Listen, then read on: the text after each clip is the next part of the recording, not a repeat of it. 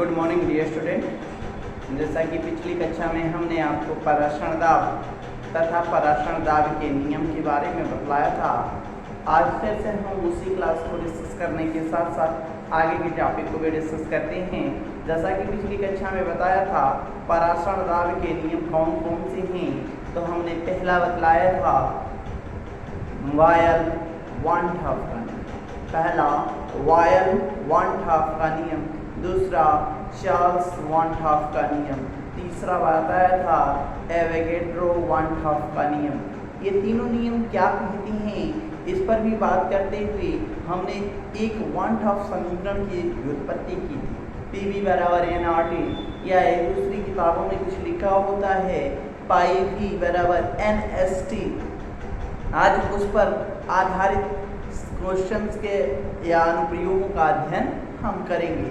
जैसा कि पिछली कक्षा में हमने आपको 1/2 समीकरण बतलाया था और 1/2 समीकरण की सीमाएं बतलाया था, हम वहीं से डिस्कस करते हुए नेक्स्ट क्लास शुरू करते हैं। बात करते हैं 1/2 समीकरण की। तो 1/2 समीकरण क्या है? 1/2 समीकरण 1/2 समीकरण की बात आ गई तो 1/2 समीकरण की उत्पत्ति किन नियम से हुई है? तो मेनली जो हुई है वो तो वायल 1/2 का नियम, वायल 1/2 का नियम मतलब वायल 1/2 का नियम किससे मिलता जुलता है? पाई के नियम से मिलता जुलता है। अर्थात हमने याद करने के लिए बताया था बात अर्थात वायल होगा तो क्या कांस्टेंट हो जाएगा? टेम्परेचर कांस्टेंट स्थिर हो जाएगा। कहने का मतलब स्थिर ताप पर किसी विलयन, और विलयन किसका होगा? अवाष्पशील वैद्युत अनापघट्य पदार्थ का तनु विलयन होगा। स्थिर ताप पर किसी विलयन का पराशरण दाब उसकी सांद्रता के समानुपाती होती है। P प्रोपोर्शनल टू C, यहाँ हमने आपको बताया था P प्रोपोर्शनल टू 1/V या PV बराबर नियतांक, ये हमने आपको बताया होगा। फिर दूसरा बताया है पराशण दाब के नियम में चार्ल्स 1/2 का नियम, चार्ल्स 1/2 का नियम। चार्ल्स 1/2 का नियम किससे मिलता जुलता है? मतलब चार्ल्स के नियम से मिलता जुलता है, लेकिन वहाँ हम प्रेशर की बात करते हैं। गैसीय नियमों में हम प्रेशर की बात करते हैं, लेकिन विलियन केसेस में हम किसकी बात करेंगे? सांद्रता की बात करेंगे। तो स्थिर सांद्रता पर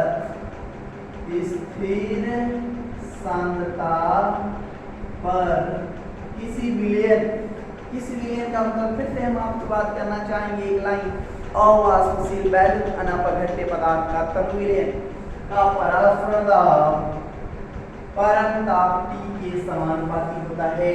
अर्थात P/T बराबर नियतांक बताया गया होगा। इन दोनों को मिला दिया गया तो देख रहे हैं लेफ्ट हैंड साइड बराबर है तो राइट हैंड साइड को आप लगभग बराबर कर लेंगे। P proportional to T/V carry कब हुआ है? जब समीकरण नंबर 1 और समीकरण नंबर 2 को मिलाया गया है तब हुआ। इसको समीकरण नंबर 1 और इसको समीकरण नंबर 2, 1 व 2 की तुलना किया है। अब कंडीशन कह रहे हैं सर इससे क्या आएगा? तो PV बराबर kTRT आएगा। ये कब है? जब गैस के मोलों की संख्या कितनी है? 1 है। हम कह रहे हैं n मोलों के लिए बात करेंगे तो n मोलों के लिए गैस नियम क्या, गैस समीकरण हमने पढ़ा होगा nRT। तो हमने आपको बताया था रेफर द्वारा किए गए एक्सपेरिमेंट को 1/2 में गैसीय नियम से मिलता जुलता पाया और उसके आधार पर 1/2 समीकरण की स्थापना की, निर्माण किया। 1/2 समीकरण क्या आया? PV बराबर nRT। हमने इसी को बतलाया होगा कि किसी बुक्स में ये P की जगह क्या लिखा होता है? पाई, और गैसीय नियतांक R की जगह इसको कहते हैं विलेयता स्थिरांक।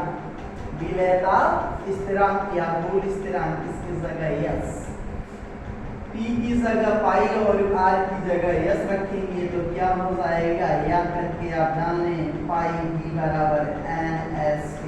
फिर से कह रहा हूँ पाई या p क्या है, विलयन का परासरण दाब है, v क्या है, आयतन है जिसको आप लीटर में लेंगे, n क्या है, w बटा m, w लंबाई मोलों की संख्या है, और r क्या है या s क्या है, तो कहेंगे घोल स्थिरांक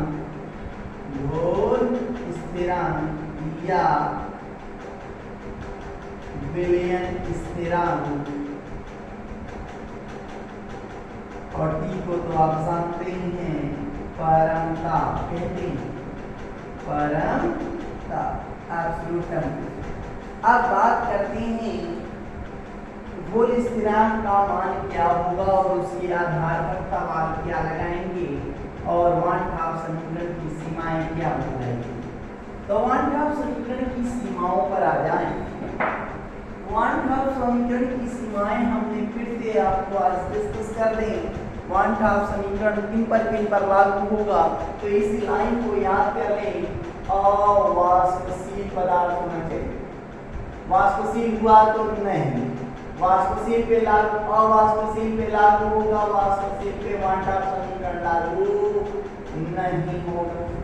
नंबर दूसरा कहता है वैद्युत अनपघट्य पदार्थ, वैद्युत अनपघट्य नॉन इलेक्ट्रोलाइट की बात कर रहा हूँ, अपघट्य नॉन इलेक्ट्रोलाइट पे लागू होगा, वैद्युत अपघट्य के साथ क्या करेगा, विचलन प्रदर्शित करेगा, इस पर लागू नहीं होगा।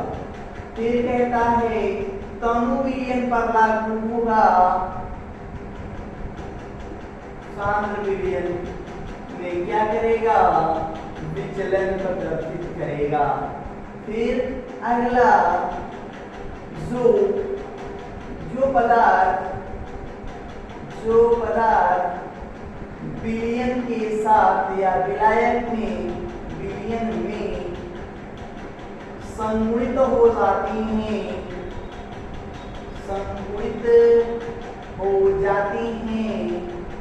उन पर लागू नहीं होता, और नहीं संगुणित नहीं होते हैं उन पर होते हैं, उन पदार्थों के तनु विलयन पर वन हाफ समीकरण लागू होता है।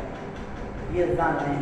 तो किन पर लागू होगा, अवाष्पशील पदार्थ होना चाहिए, वैद्युत अनपघट्य पदार्थ होना चाहिए, तनु विलयन होना चाहिए, तथा वे पदार्थ होने चाहिए जो विलयन में संगुणित नहीं होते हैं, इन्हीं पर वन हाफ समीकरण अप्लाई होगा, अर्थात P बराबर nRT लागू होगा, इसके अतिरिक्त पर लागू नहीं होगा। ये के साथ विचलन प्रदर्शित करेंगे, मान में विभिन्नताएं प्रदर्शित करेंगे। अब इस पर आई सवाल की बात, तो एक सवाल लेते हैं। सवाल है क्या, छोटा सा सवाल है, इसी से रिलेटेड सवालों के हम बारे में डिस्कस करेंगे।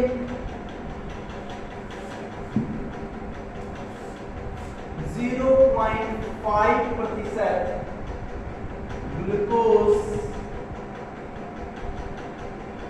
ग्लूकोज विलयन का परासरण दाब 18 डिग्री सेंटीग्रेड ताप पर ज्ञात कीजिए। दिया गया है R बराबर या S बराबर 0.0828 लीटर एटीएम प्रति डिग्री प्रति मोल प्रति मोल। अब इस पर सवाल लगाएंगे तो क्या क्या किया गया, ध्यान दीजिएगा। हमने क्वेश्चन बढ़ाते समय आपको जब ये लाया है वहीं आपको परसेंटेज में बतलाया होगा, सांद्रता व्यक्त करने की विधियां बताया होगा। सांद्रता में हमने आपको इस चीज का जिक्र किया होगा कि भार आयतन प्रतिशतता, आयतन प्रतिशतता, केवल भार आयतन प्रतिशतता, भार प्रतिशतता और आयतन प्रतिशतता के साथ साथ पीपीएम में सांद्रता भी प्रदर्शित की जाती है। बीपीएम में भी सांद्रता, बिलियन पर मिलियन में भी आपकी सांद्रता व्यक्त की जाती है। लेकिन यहाँ पर हमको जो बतलाया गया है वो ग्लूकोज बिलियन की बात कर रहा है। कहने का तात्पर्य है कि 0.5% ग्लूकोज बिलियन है। इसका तात्पर्य क्या है? तो इसका तात्पर्य समझें। यहाँ पर क्या कहा गया है कि 0.5 ग्राम ग्लूकोज 100 ml बिलियन में डिसॉल्व किया गया है। Dissolve 0.5 gram glucose 100 ml billion में विलीन इसे कहा जाएगा 0.5% ग्लूकोज बिलियन। तो यहाँ W का मान कितना मिल गया? आयतन का मान कितना मिल गया? 100 ml। हम कह रहे थे आयतन लीटर में बदल दिया जाए तो क्या हो जाएगा? 100/1000 कर देंगे तो लीटर में बदल जाएगा 0.1 लीटर। यहाँ पे ml में है, यहाँ पे लीटर में कर देंगे। अब देखिए ग्लूकोज का सूत्र आपको पढ़ा होगा। ग्लूकोज का सूत्र होता है C6H12O6 का अणुभार क्या होता है? तो सभी लोग रट के बैठे होंगे, 180 होता है। कैसे होता है वो भी देख लीजिए। कितने कार्बन हैं? 6। कार्बन का परमाणु भार होता है 12। हाइड्रोजन के परमाणु कितने हैं? 12। हाइड्रोजन का परमाणु भार होता है 1 और 6 को ऑक्सीजन है। ऑक्सीजन का परमाणु भार होता है कितना? 16। सबको जोड़ देंगे तो कितना आएगा? 180। आपको अणुभार m भी दे दिया गया है, r दिया गया है, t दिया गया है। तो t में स्मॉल t दिया गया है। कितना दिया गया है? 18 डिग्री सेंटीग्रेड। 18 डिग्री सेंटीग्रेड का तात्पर्य यदि हम केल्विन में, क्योंकि आप जानते हैं SI पद्धति में तापमान किसे व्यक्त किया जाता है केल्विन में, तो कैपिटल T बराबर कितना हो जाएगा? 273/18। कितना जोड़ देंगे तो आ जाएगा? तो 291 केल्विन आ जाएगा। 291 केल्विन आ गया। अब सारे मान को पुटअप करें किसमें? तो जिसमें आप पुटअप करना चाहें उसमें करें। ध्यान दें पीवी बराबर, क्योंकि हमको क्या निकालना है? परासरण दाब कितना डिग्री सेंटीग्रेड पर ज्ञात करना है। परासरण दाब को क्या करना है? हमें ज्ञात करना है।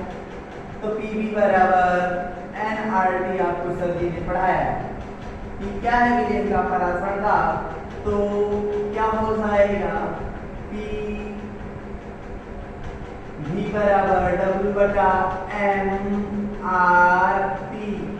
हमने अध्यापक को बताया n बराबर क्या? मोलों की संख्या। n बराबर मोलों की संख्या होता है W/m। हमने आपको बताया था वान डाफ समीकरण का अनुप्रयोग। उसमें भी हमने पिछली कक्षा में आपको जिक्र किया है कि वान डाफ समीकरण की सहायता से किसी विलयन का परासरण दाब ज्ञात कर सकते हैं तथा अवाष्पशील वैध तथा अपघट्य पदार्थ का अणुभार भी ज्ञात कर सकते हैं। लेकिन यहाँ का अणुभार हमको दिया गया है, हमको परासरण दाब ज्ञात करना। तो P का मान हमें ज्ञात करना है भैया। आयतन कितना दिया गया है? 0.1 और W का मान कितना है? 0.5। अणुभार कितना दिया गया है? 180। देख रहे हैं आप। R का मान दिया गया है 0.0821। कैलकुलेटर में 8 लिखा है, 1 नहीं दिया है, कोई परेशानी नहीं। T का मान कितना आया है? 291। हल करेंगे तो ये इधर जाएगा, नीचे जाएगा, मल्टीप्लाई हो जाएगा। 0.5/18 गुड़े 0.0821 इंटू 291 हल करेंगे 0.668 आंसर आ जाएगा। देख लीजिएगा एटीएम में क्यों दिया गया है कि जब भी आपको आर का मान लीटर एटीएम प्रति डिग्री प्रति मोल दिया होगा तो हमें दाब किसमें लेना होगा, एटीएम में आयतन किसमें लेना होगा, आयतन लेना होगा लीटर में, ताप किसमें लेना होगा, केल्विन में। ये आप कंसीडर करेंगे। एक और सवाल इसको राइट डाउन करें, फिर एक सवाल जिसमें अनुभार ज्ञात करना है उस पर भी हम डिस्कस कर लें। इसको नोट करें जल्दी से और इसी आधार पर हम आपको होमवर्क भी देंगे।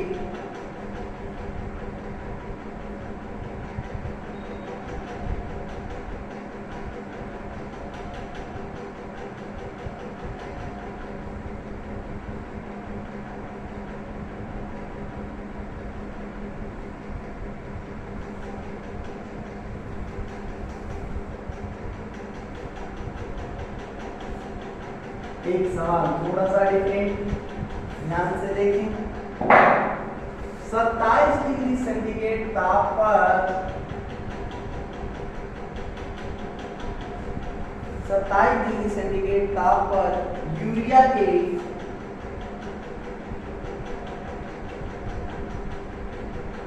m/10 विलियन का परासरण दाब ज्ञात कीजिए।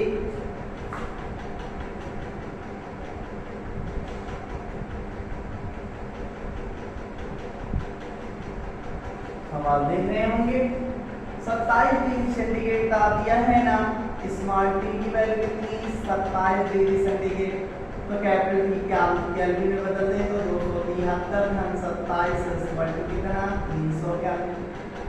ओके, यूरिया दिया है, यूरिया का अनुभार क्या होता है तो आप सब तो जान लें NH2CO NH2 होता है। अनुभार के आधार निकालेंगे इसमें अनुभार आएगा 60, लेकिन इसका आवश्यकता ही नहीं पड़ेगी क्योंकि विलियन की मोलरता दी गई है। मोलरता अर्थात सांद्रता की बात कर रहा है, यहाँ पर सांद्रता दी गई है। सांद्रता कितना दिया गया है m/10 1/10 m 1/10 cm दी गई।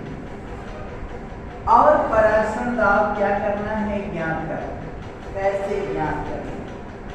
आप फिर से देखें, थोड़ा सा दिमाग लगाएंगे, सवाल बहुत आसान है। इस तरह के सवाल जब मोलरता दिए रहता है या सांद्रता मोल प्रति लीटर में दी गई रहती है तो कैसे निकालते हैं, तो इसके लिए भी सूत्र वही होगा P बराबर NRT। याद करिए अभी आपको बताया गया होगा कि N/V को ही क्या कहते हैं मोल प्रति लीटर। N/V देखिए P बराबर क्या दर्शाएगा N/V, N मतलब मोलों की संख्या, V मतलब आयतन, लीटर में मोल प्रति लीटर हो गया ना N/V RT। इसको N/V को क्या लिख सकते हैं C, P बराबर CRT। C का मान कितना दिया गया है 1/10। अभी R का मान हमने यहाँ पे कुछ लिया नहीं है तो R का मान जब भी नहीं दिया गया रहता है और आयतन किसमें दिया गया रहता है लीटर में, तो यहाँ आयतन की बात ही नहीं आई है तो लीटर में दिया गया था ना मोल प्रति लीटर, तो 0.0821 लीटर एटीएम प्रति डिग्री प्रति मोल रख देंगे, इसके अलावा कोई नहीं रखेंगे। R का मान 0.0821 रख दिया। ताप कितना है 300 केल्विन। जब हल करेंगे आंसर आएगा 2.46 atm। बहुत आसान क्वेश्चन हैं, ऐसे भी आप पुटअप कर सकते हैं और हल कर सकते हैं। इसको राइट डाउन करें, फिर सवाल एक और है।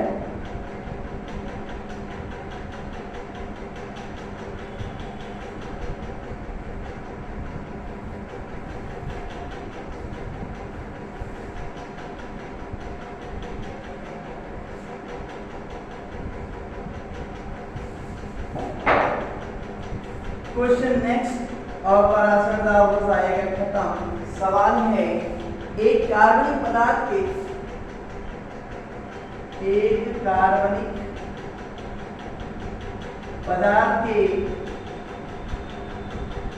4 ग्राम को जल में घोलकर बिलियन का आयतन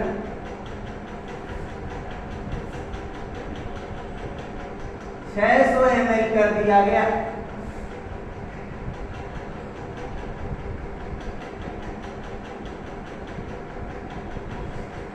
कर दिया गया। प्राप्त विलयन का परासरण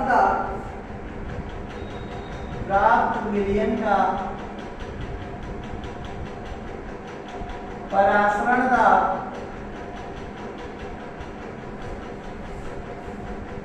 0 डिग्री सेंटीग्रेड ताप पर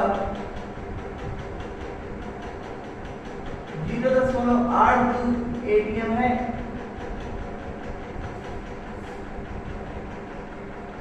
कार्बनिक पदार्थ के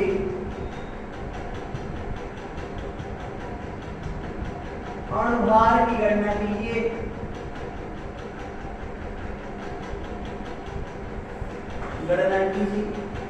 क्या दिया गया है, ध्यान से देखें। कार्बनिक पदार्थ का भार कितना दिया गया है, 4 ग्राम। आयतन कितना दिया गया है, 600 ml। ml को किसमें बदल लिया, लीटर में, 0.6 लीटर। क्या दिया है, 1000 से भाग दिया। टेम्परेचर कितना दिया गया है, 0 डिग्री सेंटीग्रेड। और 0 डिग्री सेंटीग्रेड को आप केल्विन में बदल दीजिए, 273 केल्विन। P का मान कितना दिया गया है, 0.828।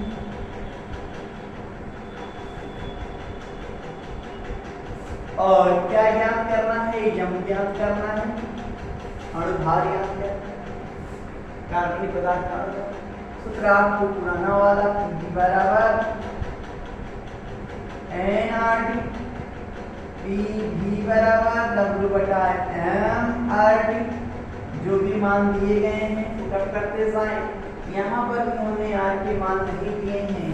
R का मान कितना रखोगे, 0.081 लीटर एटीएम प्रति डिग्री प्रति मोल।